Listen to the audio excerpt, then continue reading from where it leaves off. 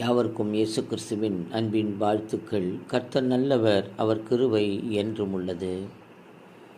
கர்த்தருக்குள் பிரியமானவர்களே, இன்றைக்கு தேவனால் சொல்லப்படுகிற வார்த்தை, வேத வாக்கியம் சொல்லுகிறபடி என்னிடத்தில் விசுவாசமாய் இருக்கிறவன் எவனோ அவன் உள்ளத்திலிருந்து ஜீவ தண்ணீர் உள்ள நதிகள் ஓடும் என்றார்.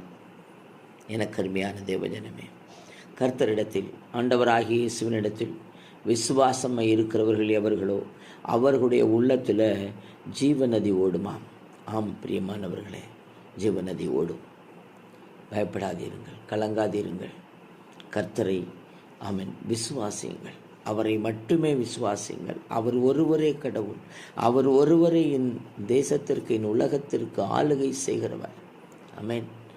அவரை நம்புங்கள், அவரை சார்ந்து கொள்ளுங்கள்.